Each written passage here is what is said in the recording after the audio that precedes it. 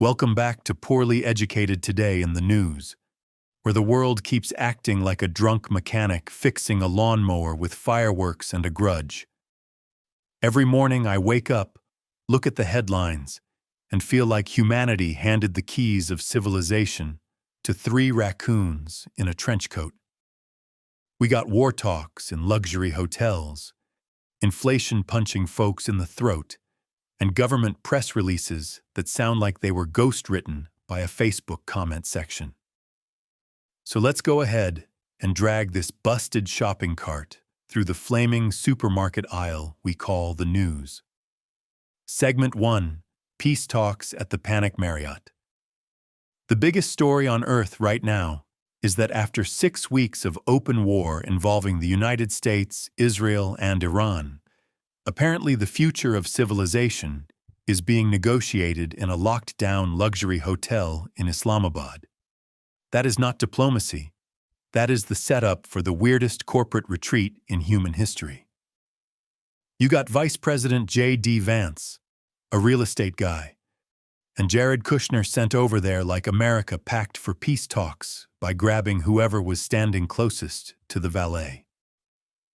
It is like your house is on fire, and your family sends your cousin, a condo salesman, and the guy who once flipped a golf cart to negotiate with the flames. And the part that really gets me is, this came right after all that apocalyptic chest thumping, with civilization supposedly about to end by bedtime.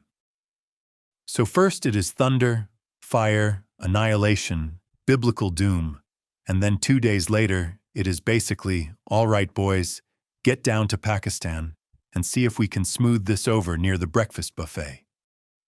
Meanwhile, Iran is demanding concessions.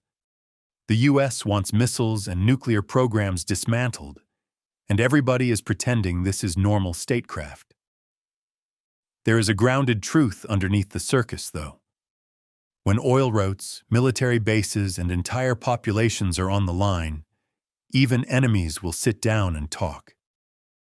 Still, it says a lot about our era that global stability currently feels like it depends on whether a hotel conference room has decent coffee and nobody says something stupid before lunch. Segment 2. The Minefield with no map. Now tied directly to all that chaos is the Strait of Hormuz, which is one of those places most Americans never think about until suddenly gas prices start climbing like a squirrel on meth. Reports say reopening the waterway is a mess because Iran may have lost track of the sea mines it planted. Lost track. That is an incredible sentence. That is the geopolitical version of booby-trapping your front porch and then forgetting where you put the shotgun shells and the bear traps. So now the whole global economy is standing there like a bunch of nervous cows staring at a gate nobody wants to touch. Inflation jumped to 3.3%, and folks back home are paying for it at the pump and the grocery store because some genius managed to barricade a shipping lane and misplace the instructions. That is the thing about war everybody likes to ignore while waving flags on TV. It always comes due in regular people's wallets. You can call it strategy, deterrence, projection of force, whatever fancy term makes it sound less dumb. But when the price of eggs and diesel starts doing backflips, that is when Main Street realizes foreign policy is not some distant thing. It is your paycheck getting mugged by a body of water you could not find on a map last week. Segment 3. Tariffs, truckers, and legal whack-a-mole. Back here in America, the Supreme Court took a bat to the president's emergency tariff powers, which sounds boring until you realize it turned the supply chain into a demolition derby. One ruling knocked tariff levels down, refunds started looming, and then the White House whipped out a backup law from 1974, like some old farmer finding a spare fan belt in a mayonnaise jar. So now businesses are rushing to get goods moved before the next deadline hits in July, and the whole freight world is scrambling like Black Friday shoppers fighting over one flat-screen television. This economy is being run like a bait shop ledger kept by a man who swears he can do taxes in his head. And here is where it gets real for working people. When Washington starts playing legal ping-pong with trade policy, truckers, warehouse workers, port crews, and small businesses get whacked first. The companies with expensive lawyers might survive the chaos, but the guy trying to get materials for his shop or keep shelves stocked gets squeezed from both ends, like a tube of cheap toothpaste. That is the absurdity of modern government. 9 people in robes make a ruling. One guy in a suit finds an obscure statute, and suddenly some exhausted driver in Oakland is hauling containers like his transmission owes money to the mob. Beneath all the nonsense is a simple truth. Instability is expensive, and ordinary folks always get handed the receipt. Segment 4. Operation Epic Fury and the Courtroom Meat Grinder. Speaking of receipts, the administration is taking a victory lap on immigration with numbers that are less policy update and more industrial scoreboard. Deportation orders are way up. Asylum approvals have cratered down to almost nothing, and the White House is branding federal actions with names like Operation Epic Fury, which sounds less like law enforcement and more like a monster truck rally sponsored by protein powder. They are not even pretending this is ordinary governance anymore.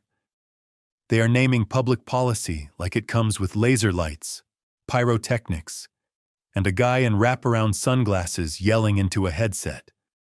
Somewhere in America, a dad absolutely heard Operation Epic Fury and assumed it was the new Call of Duty expansion. But behind the dumb branding is a serious machinery shift that ought to make people pay attention. This is not just campaign rhetoric anymore. They have reworked the court system itself, so the pipeline runs faster and harsher, with approval rates for asylum dropping to the floor. That means lives are being processed like paperwork in a county office where the clerk hates everyone and the coffee tastes like battery acid. And the language coming from official releases is wild. Like the Federal Archive has been replaced by chain emails from your angriest uncle. The grounded reality is that when governments change the judges, the rules, and the pace all at once, they are not just changing headlines. They are changing what the law feels like in a human being's bones. Segment 5. Flooded fields, fitness sermons, and miracle science. While all this is going on, Indiana got slammed with historic flooding after bouncing from drought to deluge like the weather itself has untreated rage issues. One minute the land is dry as an overcooked biscuit. The next minute rivers are climbing out of their banks like they are late for revenge. Roads are getting torn up, towns are scrambling, and entire communities are watching the sky like it personally owes them an apology. The Midwest does not have seasons anymore. It has warnings. It is either dusty misery, tornado roulette, or Noah checking Zillow. And in the middle of that broader national instability, you have Health Secretary Robert F. Kennedy Jr. out in Arizona basically telling people to eat better, move more, and reclaim wellness like he is hosting an inspirational podcast from inside a collapsing empire. Now, to be fair, nutrition and exercise matter, and we all know this country treats vegetables like an invasion force. But the contrast is hilarious. We got flood walls going up, inflation rising, war-threatening oil supplies, and the federal health message feels like, "Have you tried a brisk walk and some personal empowerment, buddy?" At the same time, actual government science is out here doing freaky miracle stuff, with researchers talking about regrowing joints and new filters trapping forever chemicals. So America in 2026 apparently has 2 health tracks. One is your uncle telling you to take vitamins, and the other is the federal government quietly inventing salamander knees. Segment 6. the skull in the park, and the broken country computer.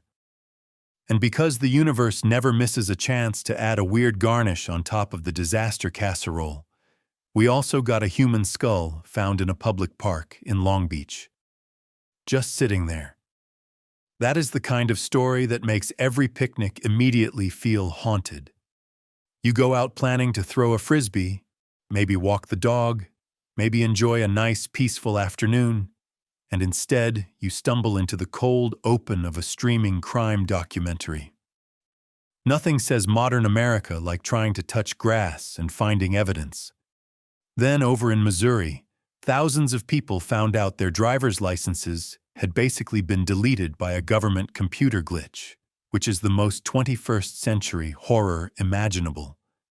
Not because you drove drunk, not because you fled a traffic stop, just because some dusty server coughed and suddenly the state was like, sorry, legally speaking, you are now a ghost. That is where we are as a country. International war talks in guarded hotels, floodwater in the heartland, miracle medicine in the lab, and your legal identity hanging by the frayed Ethernet cable of a state database maintained by somebody named Gary who still says the cloud sounds suspicious. There is a joke in there, but also a warning. A lot of modern life is held together by aging code, public exhaustion, and pure blind luck, which is not exactly the foundation you want for a civilization with nuclear weapons and online bill pay. In conclusion, the news this week felt like somebody shook the globe like a snow globe full of gasoline, prescription forms, and loose bolts. We have diplomacy run like improv theater, economic pain tied to missing sea mine maps, immigration policy marketed like an action movie, and weather that seems personally offended by agriculture. Mixed in with all that, science is still pulling off real breakthroughs, which is the only reason I have not moved into a shed and started communicating exclusively through porch size. The world is not just weird right now, it is aggressively weird. Like it wants credit for creativity. And that is why we keep showing up, because if we are going to live through this level of nonsense, we might as well laugh before the next server crash, flood warning, or peace summit at the panic Marriott.